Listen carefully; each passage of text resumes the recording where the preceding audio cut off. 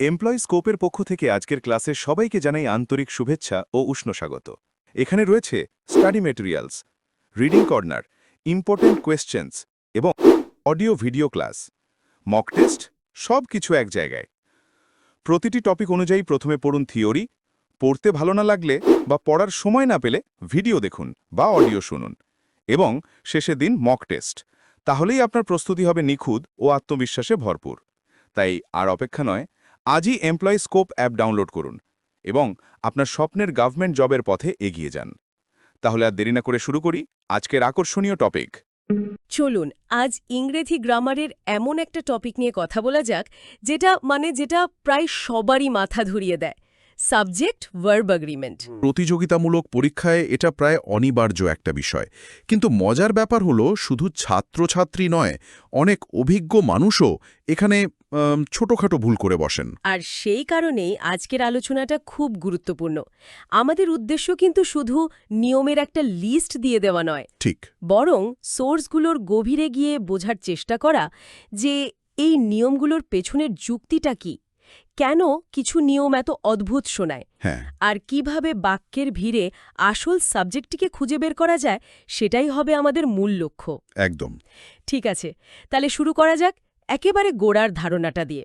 Concord বা agreement, যার মানে হলো চুক্তি।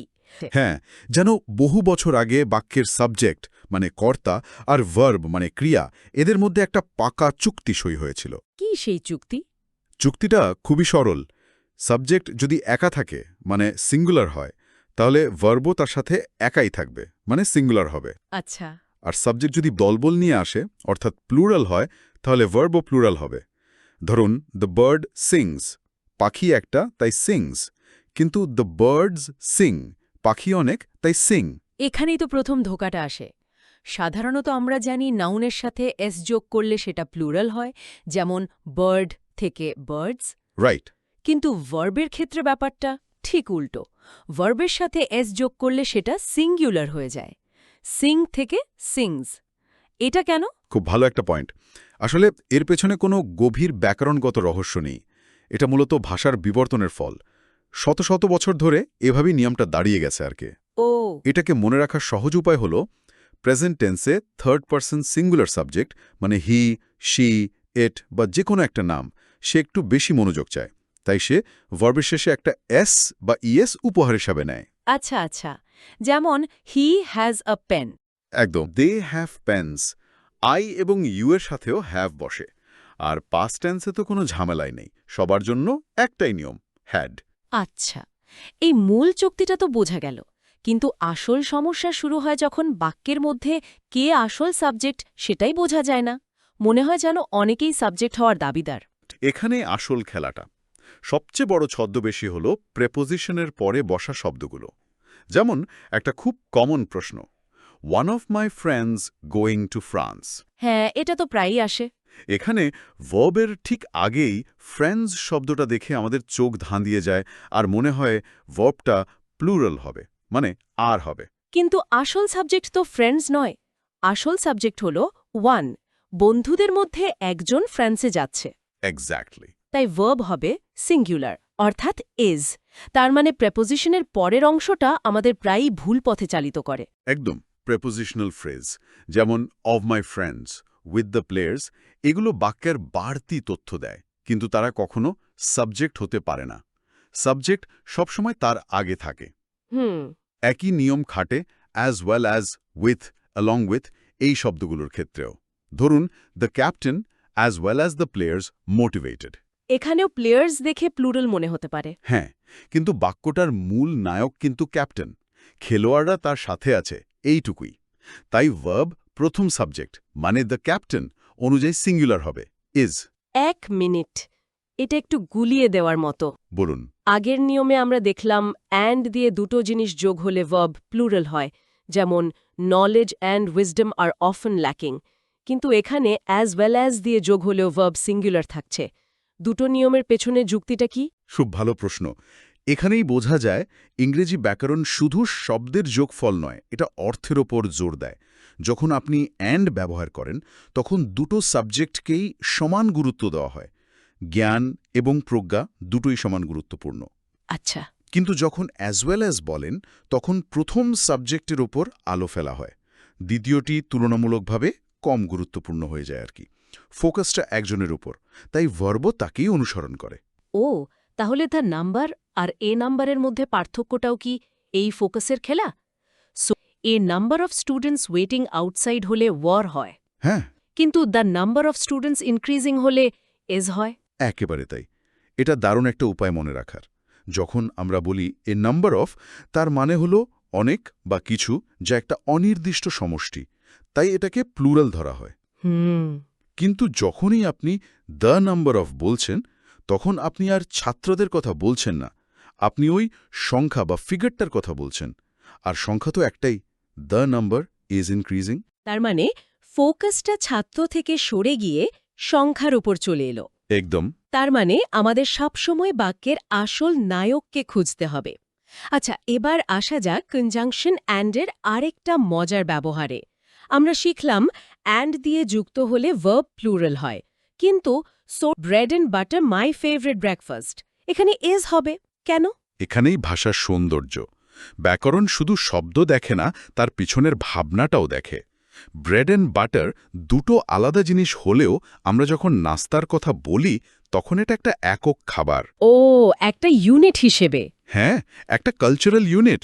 ঠিক যেমন আমরা বলি ডাল ভাত, শব্দ দুটো হলেও ধারণাটা একটা, তাই এদেরকে একটা ইউনিট হিসেবে দেখে ভার্বও সিঙ্গুলার হয়। আর the famous actor and director arriving soon, বাক্যটিতেও তো একই যুক্তি কাজ করে, তাই না? ঠিক তাই, এখানে কনজাংটা হলো আর্টিকেল দি এর ব্যবহারে। দি। দ্য শব্দটি শুধু প্রথম নাউন অর্থাৎ অ্যাক্টরের আগে বসেছে। এর মানে হল যে ব্যক্তি অভিনেতা সেই একই ব্যক্তি পরিচালক। ব্যক্তি একজনই, তাই ভার্ব সিঙ্গুলার হবে, ইজ। আর যদি দুজন আলাদা ব্যক্তি হতেন? তাহলে বাক্যটা হতো the famous actor and the director arriving soon. The দুবার ব্যবহার করার মানে হল অভিনেতা এবং পরিচালক দুজন আলাদা ব্যক্তি। তখন ভার্ব হতো প্লুরাল, আর। বাহ, ছোট্ট একটা দ পুরো বাক্যের মানে আর ভার্ব দুটোই বদলে দিতে পারে। আচ্ছা, নিদার নর বা আইদার অরের নিয়মটা কি? সোর্সে একটা উদাহরণ আছে, নাইদার দ্য টিচার নর দ্য স্টুডেন্টস প্রেজেন্ট ইয়েস্টারডে। এই নিয়মটাকে বলা হয় প্রক্সিমিটি রুল বা নৈকট্যের নিয়ম। মানে এখানে ভার্ব তার সবচেয়ে কাছের সাবজেক্টকে অনুসরণ করে। সবচেয়ে কাছের? হ্যাঁ, ওই বাক্যে ভার্বের সবচেয়ে কাছে আছে স্টুডেন্টস, যা প্লুরাল, তাই উত্তর হবে ওয়্যার। ও আচ্ছা। যদি বাক্যটা উল্টো হতো, নিদার দ্য স্টুডেন্টস নর দ্য টিচার প্রেজেন্ট, তাহলে ভার্বের কাছে থাকতো টিচার, যেটা সিঙ্গুলার, আর উত্তর হতো ওয়াজ। এটা কি খুব যৌক্তিক? মানে বাক্যে তো শিক্ষক এবং ছাত্র দুজনেই অনুপস্থিত। সত্যি বলতে এটা যুক্তির চেয়ে প্রথার উপর বেশি নির্ভরশীল। ব্যাকরণের অনেক নিয়মই শত শত বছর ধরে ব্যবহারের ফলে প্রতিষ্ঠিত হয়েছে, শুধুমাত্র স্পষ্টতা আনার জন্য। মানে এটাই নিয়ম? হ্যাঁ, এটাই সেই নিয়ম যা লিখিত ইংরেজিতে প্রামাণ্য হিসেবে ধরা হয়। যদিও কথ্য ইংরেজিতে অনেক নেটিভ স্পিকারও এই জায়গায় ভুল করে ফেলেন। এবার এমন কিছু শব্দের কথা বলি যারা নিজেদের রূপ দিয়ে আমাদের বিভ্রান্ত করে। কিছু শব্দ আছে যাদের শেষে এস থাকায় দেখতে প্লুরাল মনে হয়, কিন্তু তারা আসলে সিঙ্গুলার। যেমন নিউজ, ম্যাথমেটিক্স, ইকোনমিক্স। বা মাম্পসের মতো রোগের নাম। হ্যাঁ। কারণ এই শব্দগুলো আসলে কোনো কিছুর সমষ্টি নয়, এগুলো এক একটি একক ধারণার নাম। ম্যাথমেটিক্স অনেকগুলো ফর্মুলা নিয়ে গঠিত হতে পারে, কিন্তু এটি একটি স্বাস্থ্য বা সাবজেক্টের নাম। আচ্ছা। নিউজ শব্দটির এস আসলে প্লুরাল বোঝানোর জন্য আসেনি। একটা ধারণার প্রচলিত আছে যে এটা নর্থ, ইস্ট, ওয়েস্ট, সাউথের আদ্যক্ষর থেকে এসছে। তাই the news is shocking, mathematics is my favourite subject. আর এর ঠিক উল্টোটাও তো হয়। কিছু শব্দ যেমন সিজার্স, ট্রাউজার্স, স্পেকটাকলস, এদের শেষে এস না থাকলেও এরা সবসময় প্লুরাল। কারণ এই জিনিসগুলো দুটো সমান অংশ নিয়ে তৈরি, যা একসাথে কাজ করে। একটা কাঁচির দুটো ব্লেড, একটা প্যান্টের দুটো লেগ। ঠিক। আপনি একটা ছাড়া অন্যটা ব্যবহার করতে পারবেন না, তাই এদেরকে সবসময় প্লুরাল হিসেবে দেখা হয়। মাই সিজার্স আর শার্প, ওয়্যার আর মাই ট্রাউজার্স। কিন্তু যদি বলি আ পেয়ার অফ সিজার্স, তখন? চমৎকার প্রশ্ন। যখনই আপনি আ পেয়ার অফ কথাটা যোগ করছেন, তখন আপনি আর কাঁচি বা প্যান্টের কথা বলছেন না, আপনি ওই জোড়াটার কথা বলছেন। আর জোড়া তো একটা। ও তাই সাবজেক্ট হয়ে যায় পেয়ার, যেটা সিঙ্গুলার, এবং ভার্বও সিঙ্গুলার হয়। This pair of scissors is new. আবারও সেই ফোকাস বদলেছিল। বিষয়টা ক্রমশ আরও আকর্ষণীয় হচ্ছে। এবার কালেকটিভ নাউনের কথায় আসি, যেমন কমিটি, টিম, গভর্নমেন্ট। এদের নিয়মটা বেশ অদ্ভুত, কখনো সিঙ্গুলার, কখনো প্লুরাল। হ্যাঁ, আর এখানেই ব্যাকরণ ভাষার বাস্তবতাকে সবচেয়ে বেশি সম্মান জানায়। নিয়মটা হলো, কালেকটিভ নাউনটি যখন একটি দল বা ইউনিট হিসেবে কাজ করে, তখন ভার্ব সিঙ্গুলার হয়। যেমন the committee has submitted it's report. এখানে পুরো কমিটি মিলে একটা রিপোর্ট জমা দিয়েছে। আর যখন তারা ভিন্ন ভিন্ন মত দেয়, তখন ভার্ব প্লুরাল হয়ে যায়, কারণ তখন তারা আর একটা ইউনিট হিসেবে কাজ করছে না, বরং দলের সদস্যরা আলাদা আলাদা ব্যক্তি হিসেবে কাজ করছে। The jury divided in their opinion. হ্যাঁ, ডিভাইডেড। এখানে ডিভাইডেড শব্দটাই বলে দিচ্ছে যে তাদের মধ্যে মতভেদ হয়েছে, তার আর একমত নয়।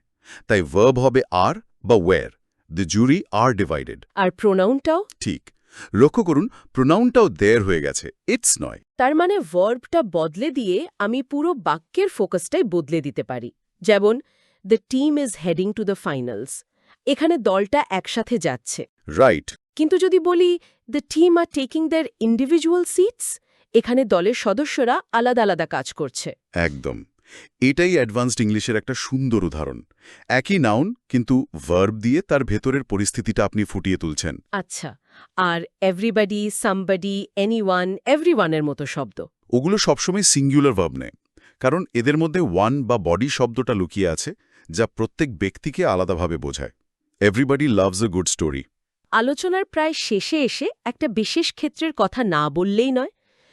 এর সাথে তো সবসময় প্লুরাল ভার্ব বসে, সে একজন হোক বা অনেকে। হ্যাঁ কিন্তু এর একটা অদ্ভুত ব্যবহার আছে। হ্যাঁ, সেটা হলো কাল্পনিক বা অবাস্তব পরিস্থিতিতে।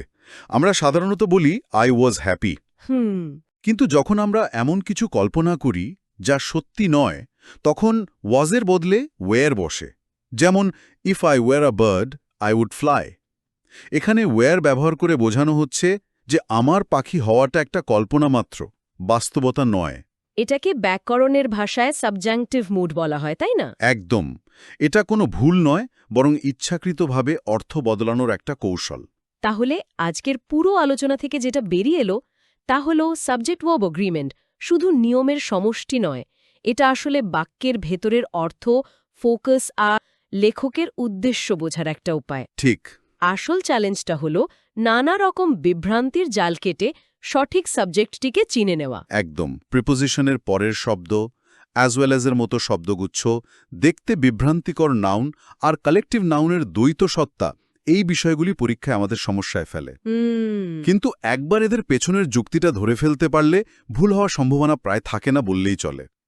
এটা অনেকটা ডিটেকটিভের মতো, বাক্যের ক্লু খুঁজে আসল কর্তাকে বের করা। আজকের আলোচনা শেষে একটা প্রশ্ন রেখে যেতে চাই। আমরা দেখলাম ব্যাকরণের নিয়মগুলো কতটা নমনীয় হতে পারে, ভাষার প্রয়োজনেই সেগুলো নিজেকে বদলে নিতে পারে। এটাই ভাবার বিষয়। যখন আমরা দেখি যে দ্য জুরির মতো একটি শব্দ পরিস্থিতি অনুযায়ী কখনো সিঙ্গুলার মানে ইজ নিচ্ছে, আবার কখনো প্লুরাল মানে আর ভার্ব নিচ্ছে, হ্যাঁ, তখন প্রশ্ন জাগে, নিয়ম কি ভাষাকে নিয়ন্ত্রণ করে, নাকি জীবন্ত ভাষা নিজেই নিজের প্রয়োজন অনুযায়ী নিয়ম তৈরি করে নেয়? ব্যাকরণ ভাষাকে পথ দেখায়, নাকি ঘটে যাওয়া ঘটনার একটা রেকর্ড মাত্র? এই বিষয়টি নিশ্চয়ই ভাবনার অবকাশ রাখে।